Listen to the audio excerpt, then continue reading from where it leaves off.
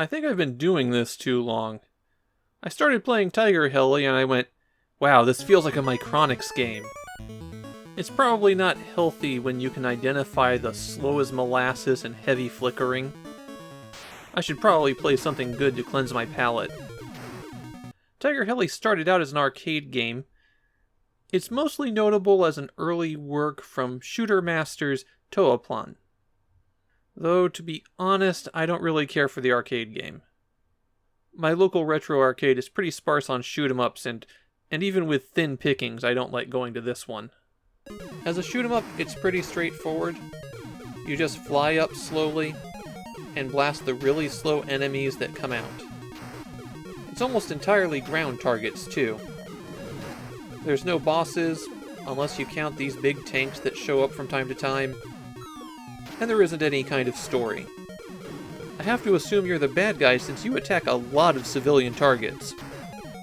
What Tiger-Heli does have, however, is a few distinct gameplay systems. You fire your main gun by pressing B, and there's no rapid fire with it. The A button drops a cluster bomb that destroys all nearby enemies. You can see the cluster bombs on your helicopter. They're the little red things on either side.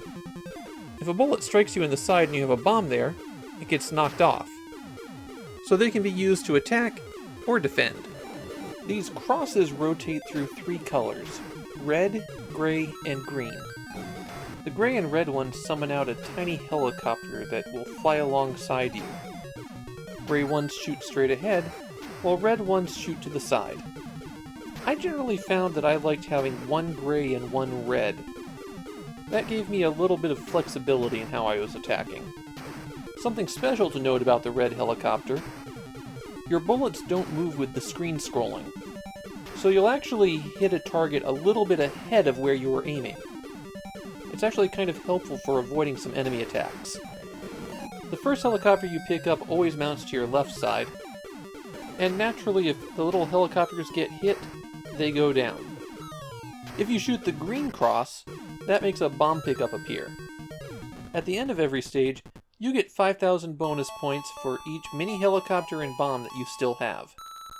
The other special thing that you'll see are these red spots. If you shoot them, it adds 1 to the total in the lower right, and when you get 10, you earn an extra life. I have a confession to make here. This is the least amount of gameplay footage I've ever taken for a Famidaily. And the reason for that is I completed 2 loops of the game. There isn't a whole lot different about later loops either. I'll admit I did use the continue code, which is holding down A and B, then pressing start when it says game over. And I used that code once, during the second loop. The slow pace of the Micronics port makes this game painfully easy. I know a lot of the time I'm saying these games are way too hard, but there is a point in between Tiger-Heli and Transformers where you're challenged, but not punished. Let me hit a few more bad points on this Micronics port. There's almost no variety in enemies. You've got those tanks, you've got gun emplacements, and you've got the super tanks. And the super tanks don't even blow up when you destroy them. I actually don't like that identical crater that appears every place that you destroy something. I think it just looks kind of awkward. If you just want to fly a helicopter around and shoot a bunch of targets, sure, Tiger-Heli's fine. I think I could make a good argument that it's Micronics' best game yet. But there were better shoot-em-up options already on the Famicom in 1986. You don't need to play this one.